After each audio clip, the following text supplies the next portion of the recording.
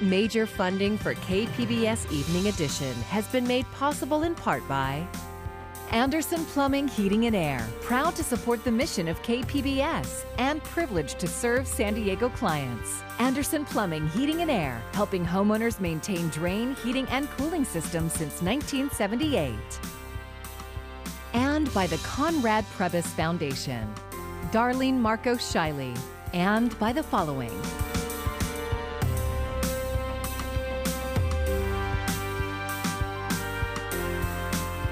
And by viewers like you. Thank you.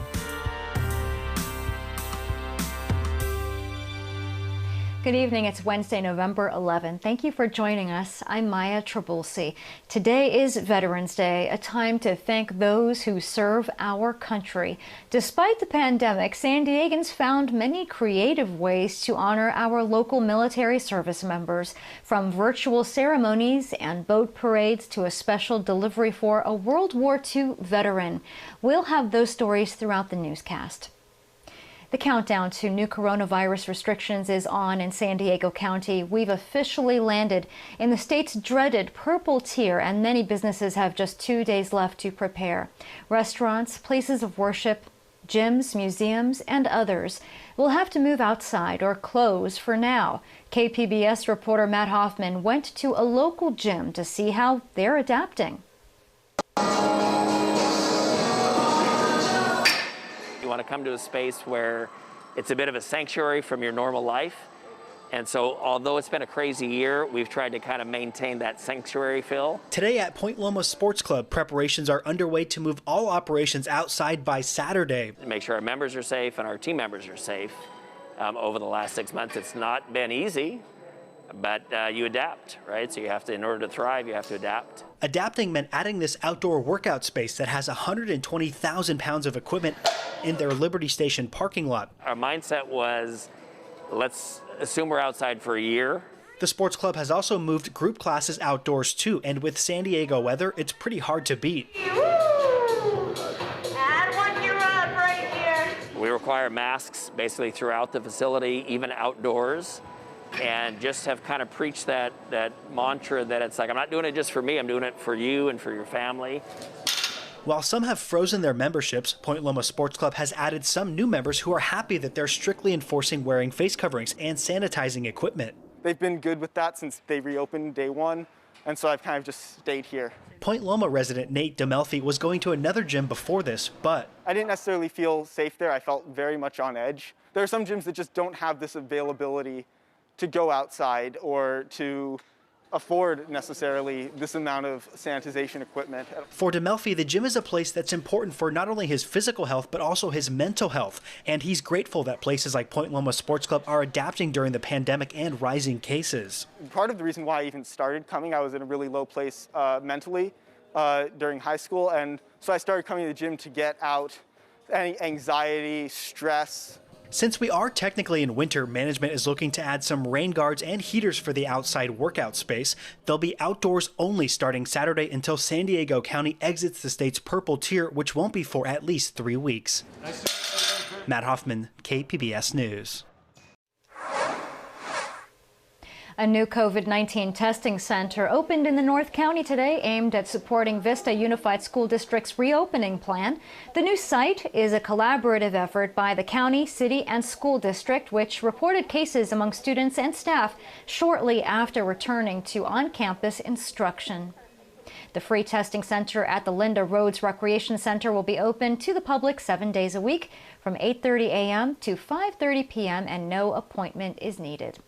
And as the number of new daily coronavirus cases continues to climb here in the U.S., so does the number of people hospitalized. Medical experts are gravely concerned, saying a rise in hospitalizations typically leads to a rise in deaths. Karen Kafa has the latest. With cases climbing past the 1 million mark, Texas now has reported more COVID-19 cases than entire countries like Mexico and Germany. The state's medical professionals are feeling the strain. I think the biggest word is just fatigue. And there's some frustration. I mean, the fact that we are here isn't where anybody wanted to be. It's a similar situation across the country as U.S. COVID-19 hospitalizations on Tuesday topped 60,000 for the first time during the pandemic. Remember, our ICU units do not take care of only COVID-19. We have patients who need ICUs. We have patients who need the hospitals. We have cancer, we have diabetes, we have cardiovascular diseases. So that's going to put a lot of pressure on us. Despite promising news this week about Pfizer's vaccine trials, former CDC Director Tom Frieden warning Americans can't let up on precautions like masks and social distancing. A vaccine is really important, and the news is very encouraging, but vaccination is not going to be a fairy tale ending to the pandemic. The nation's top infectious diseases expert, Dr. Anthony Fauci, encouraging Americans to hang on. There's a real thing called COVID-19 fatigue that's understandable. We understand how difficult that is, but hang in there a bit longer. Do the thing you need to do, and we'll be okay. The U.S. has now surpassed 10 million coronavirus cases since the pandemic began, per Johns Hopkins University data. In Washington, Karen Katha, KPBS News. President Donald Trump and President-elect Joe Biden honored our military service members in separate events on this Veterans Day. President Trump visited Arlington National Cemetery along with First Lady Melania and Vice President Mike Pence. The president laid a wreath at the tomb of the unknown soldier. This was his first public appearance in 6 days, and he did not speak to reporters. Meanwhile, President-elect Biden stepped away from planning for his new administration to honor fallen soldiers at the Korean War Memorial in Philadelphia. Biden did not make any public remarks at the small ceremony where he and his wife Jill laid a wreath. His late son, Beau, served in the Delaware National Army Guard. In a ceremony at Balboa Park today, the estimated 100 local fallen soldiers of the Iraq and Afghanistan wars were honored. We are the dead. Short days ago, we lived, felt on.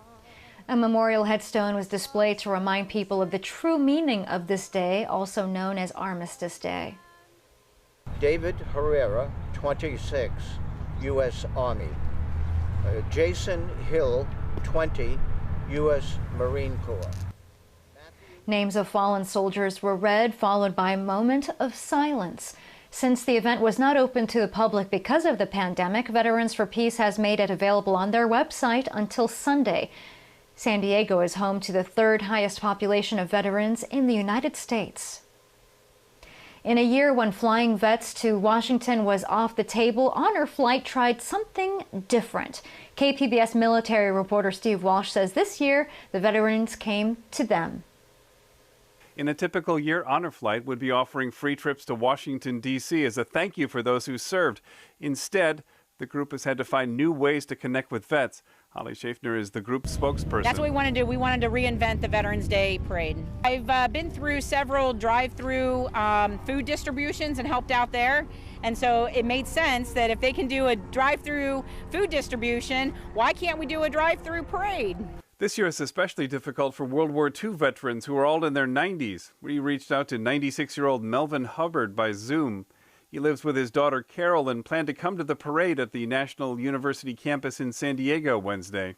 We plan to go in the morning, right? Yes, it's in the morning, yes. Yeah. So that would be a fun thing. And I don't get out too much, but I will enjoy anything that comes along. Over 1,000 veterans were invited to what was essentially a Veterans Day parade in reverse. Several of them plan to go on future flights, but the clock is ticking. We have about 120 World War II and Korea veterans that are on our list and ready to go. Some of them came through today, and we met them for the first time, which was awesome. And then, unfortunately, as we were making calls for this to notify them, we were notified that a lot of them, we've had several that have passed away that aren't going to be able to go on their Honor Flight in 2021. Honor Flight San Diego hopes to be back in the air in May. Steve Walsh, KPBS News. And since large gatherings aren't allowed during the pandemic, Fleet Week San Diego took their parade to the sea. Service members boarded chartered boats on the San Diego Bay. For Carl Johnson, a Vietnam veteran awarded a Purple Heart, the day is a time to remember his commitment to serve and think of those who never came back. Yesterday was the 49th anniversary of my Purple Heart. It was a tough one last night. 49 years ago I was an 18-year-old kid scared to death, a long way from home. I joined the Navy right after graduating from high school. And the funny thing was, my dad got mad when he found out and wouldn't give me a ride to the bus station because he was Army. There were also live demonstrations by the U.S. Coast Guard and vintage aircraft flyovers over the bay.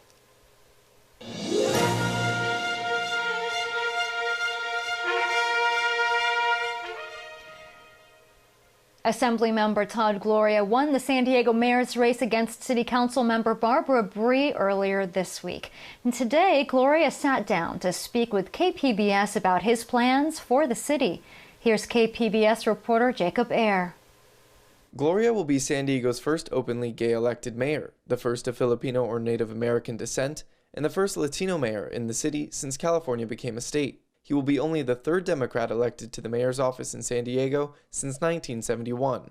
Mayor-elect Gloria says he is ready for the challenge of the role during an especially difficult time. And I'm ready to dive right in and start doing the work that's necessary to get the virus under control, get our economy back on track. Gloria also has experience with the city's bureaucracy. He served for 8 years on the city council and spent 6 months as interim mayor following the resignation of Bob Filner in 2013. One major area of focus for Gloria is ensuring an equitable recovery from COVID-19. What I think we have to do is make sure that we're providing clear rules of the road, that we're educating our public about the need to follow the public health order, and that we're advocating in Sacramento and Washington, D.C. for the relief that is necessary, not just for the city's finances, but for the finances of individual San Diego families and local neighborhood businesses that are struggling. Another big ticket item for Gloria is addressing the region's struggles with affordable housing. What I see in those election results is a hunger on behalf of San Diegans for true action, aggressive action when it comes to housing affordability, and I intend to be a mayor that delivers upon that. Gloria also acknowledged San Diego is in the largest budget deficit in city history and says civil unrest and police reform are top priorities. I'd like to set a goal of making San Diego a national leader when it comes to policing in the 21st century. We were a leader not that long ago when it came to community-oriented policing, and we've fallen away from that. Gloria is to be sworn into office on December 10th and take over for Mayor Kevin Faulkner. Jacob Ayer, KPBS News. We have an update on a local race where the margin of victory is razor thin. The District 2 seat on the San Diego County Board of Supervisors.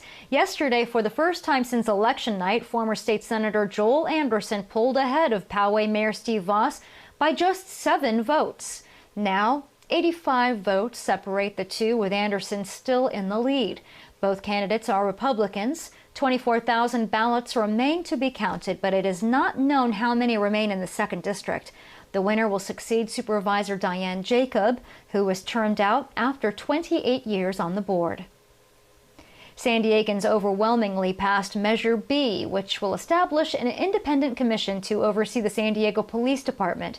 But KPBS reporter Claire Tregesser says there are still many details to be worked out regarding how that commission will operate. The measure means the city will now have a commission on police practices, which would have members appointed by the city council, along with its own staff and an independent attorney. But first, the city council needs to draft and pass an implementation ordinance that will lay out how the new commission works, how many members it will have, and how those members will be chosen. And also working with the primary unions that will be affected. We still, we bring them into that process as well. Councilmember Monica Montgomery Stepp strongly supported Measure B. She says the mayor and city council will also have to budget money to hire a full-time executive director, an independent attorney, and staff to support the commission, which will happen in the next fiscal year. You don't have to wait until July. That is not good enough for Andrea St. Julian, the co-chairwoman of San Diegans for Justice. We are looking for the city council to fund the new commission by the time the Secretary of State publishes the new charter amendment so that it will have funding to operate. St. Julian says her organization plans to stay involved as the council sets up the commission to ensure community members' needs are met. Claire Tregesser, KPBS News. For more election results, visit our website, kpbs.org, and you can find the latest updates on local, state, and national races as soon as they come in. Let's give it up for a man flying the most enduring symbol of freedom and democracy the world has ever known. He's retired Navy SEAL, Mr. Jim Wood. An exciting demonstration at the USS Midway Museum honoring those who have served. The U.S. Navy's Leapfrogs made precision parachute jumps onto the ship's flight deck. The museum invited people to come watch it live from a social distance. And while the USS Midway can still operate outdoors in some capacity, the Air and Space Museum in Balboa Park isn't so lucky. The museum released a statement this afternoon saying it will have to close Saturday under the new purple tier restrictions the state is enforcing on San Diego County. However, the president and CEO, James Kidrick, points to the layout of the facility and safety measures they've taken and claims there is a lack of data pointing to museums as a risk. What's happening is extremely unreasonable. The real leaders, in our community should be standing up. They should be saying no. In a statement, the Air and Space Museum said it looks forward to reopening at the soonest opportunity and to the county's continuing efforts on behalf of every business hurt by the pandemic. Our partners at iNewsSource are reporting that San Diego's $15 million COVID-19 rent relief program for low-income residents didn't exactly roll out as planned. Investigative reporter Cody Delaney explains. The San Diego Housing Commission was supposed to send rent relief payments for eligible tenants by September 25th. But as of last week, over $1 million still hadn't been spent, and more than 400 households were still waiting for assistance. The City Council set up the emergency program in late June amid rent strike protests and agreed to pay 2 months' rent for at least 3,500 eligible households. The program has not only been rife with delays, but the nonprofits helping people apply for the aid say 2 months of rent just isn't enough with so many unemployed. Al Abdallah is with the Urban League of San Diego County. He says families will wind up homeless if the city doesn't provide more aid. What about the next 18 months? This isn't going anywhere, and people are going to continue to be out of work. The City Council added $5 million to the program last month, but it's unclear when that money will be available to spend or how many households will benefit. For KPBS, I'm iNewsSource investigative reporter Cody Delaney. iNewsSource is an independently funded nonprofit partner of KPBS. A survey of the needs of City Heights youth has been turned into a virtual photography exhibition that will open tomorrow night. KPBS reporter Max Rivlin-Nadler explains why the issues that City Heights youth are fighting for have only become more urgent during the pandemic.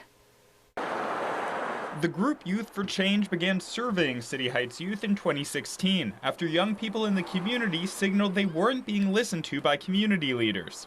That survey found common ground among youth on the need for changes in law enforcement, street safety, cleanliness, and educational opportunities. Now, it's been turned into a virtual exhibition by young photographers, after a physical exhibition was postponed in late March, just as the pandemic was taking hold. They have something to say and they need somebody to listen to what they have to say and that to be included. Famo Musa is one of the organizers for City Heights Youth for Change, an assistant teacher at Aja, a youth photography organization and partner on this project. Musa says the virtual exhibition is an opportunity for the community to see through the eyes of young people who are hurting during the pandemic but have receded from public view with schools and campuses closed. Since everything is online and virtual and more people are open to it, that now it's more public. People can't ignore it anymore, basically. Now it's like they're in your face. You kind of have to listen to them. The photography exhibition will be accompanied by a puppet show from younger kids, also focusing on the same issues. Musa thinks young people, especially now that many are stuck at home, are becoming more interested in local politics and their community. And now I wish that I grew up, that I was 18 at this time right now, because I feel like now they have more confidence to speak out and to speak their mind. And now they are more, they're not just children anymore. They're growing, and they're growing within the society. The puppetry, virtual exhibition, and a panel discussion go live tomorrow at 5 p.m. You can find more details on kpbs.org. Max Adler, KPBS News. National parks are saluting our nation's veterans and Gold Star families with free access to many of our landmarks. The Department of Interior says entrance fees for national parks will be permanently waived for veterans and military families who lost a loved one in service to this country. The department already waives fees for active duty military service members.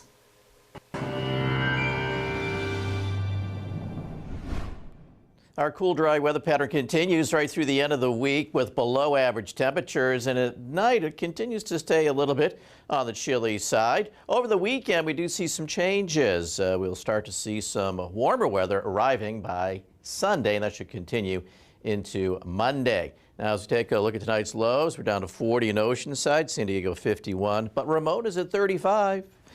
Around 45 El Cajon, Borrego Springs 43, and Campo is down to freezing.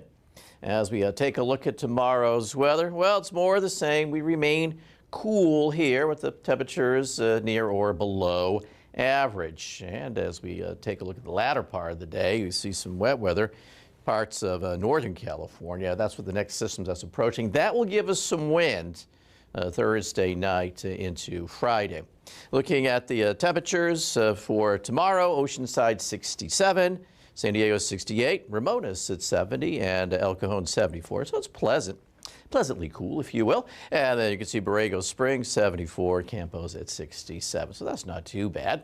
Then on Friday, the next system sweeps its way to the east. As it comes through, it will generate some clouds and a little bit of wind out there. Onshore flow means the marine layer is going to be getting a little bit thicker. So plenty of night and morning clouds. And then as that system moves through, eventually the winds will start to turn offshore. So that means warming coming for Sunday and Monday, as we'll have a little bit of a weak Santa Ana making a return. Taking a look at our temperatures, well, we will be running near to slightly below average. And then the warm up for Sunday and Monday. Notice the clouds coming in on Friday, but precipitation hard to come by, just some wind. And as we take you up into the mountains here, temperatures will be on the rise, low 60s by early next week. Should be pretty breezy Friday, and in the deserts, comfortable, but then a nice little warm up coming Sunday and Monday. For KPBS News, I'm meteorologist Mark Mancuso. The FDA has issued an emergency use authorization for an antibody treatment to treat some mild to moderate coronavirus infections. Mandy Gaither has more. In the war on COVID-19, it's seen as a step in the right direction. It actually allows us to start treating earlier in disease state, and that actually means we could keep people out of the hospital. Eli Lilly and Company's monoclonal antibody treatment is the first to receive emergency use authorization by the FDA to treat coronavirus. The idea is to kickstart an immune response against infection. In essence, they help you clear the virus by interrupting the way the virus works while it's inside you. And they help your body mount that quick antibody response so your body can recover more quickly. The FDA EUA was based on a study published in the New England Journal of Medicine last month. It found the treatment seemed to lower the risk of hospitalization and ease some symptoms in a small number of patients with mild to moderate cases of COVID-19. The product has to be given to those who test positive for COVID-19 and have been having symptoms for up to 10 days. It has to be given in an infusion through an IV, but can be given in an outpatient setting. Lilly applied for emergency authorization in October. The company said it would manufacture 1 million doses by the end of the year, and the treatment would be provided to patients at no cost. For Health Minute, I'm Mandy Gaither. Meals on Wheels San Diego made a special delivery to honor an Oceanside World War II veteran today. KPBS North County reporter Tanya Thorne shows us the special moment. Meals on Wheels San Diego has provided meals and help to combat loneliness to homebound seniors for the last 60 years. Today on Veterans Day, the organization made a special delivery to honor Oceanside veteran Ed Kruk and to thank him for his service. It's a godsend for me because my wife passed away quite a while ago, and I was in this big house by myself with my dog. Kruk served with the Navy Air Corps in World War II. He and his wife became clients of Meals on Wheels in 2010 before her passing in 2013. Aside from providing him meals, Kruk says the service provides him company he looks forward to receiving, as well as a wellness check. They go all out to make sure you're safe and you're in good condition, not laying somewhere. Brent Wakefield, CEO of Meals on Wheels San Diego, says they provide meals to about 2,000 clients on a daily basis. Since the pandemic, their clientele base has increased about 40%, and volunteers are needed more than ever. We're an extra set of eyes, we're an extra set of ears, and also a smile every day that our volunteers bring. Through the daily food deliveries and wellness checks, Meals on Wheels volunteers have been able to save numerous lives of homebound seniors. In Oceanside, Tanya Thorne, KPBS News. You can find tonight's stories on our website, kpbs.org/evening edition. Thank you for joining us. I'm Maya Trabulsi. Have a great evening. Major funding for KPBS Evening Edition has been made possible in part by Anderson Plumbing, Heating and Air, proud to support the mission of KPBS and privileged to serve San Diego clients. Anderson Plumbing, Heating and Air, helping homeowners maintain drain, heating, and cooling systems since 1978. And by the Conrad Prebys Foundation, Darlene Marco Shiley. And by the following: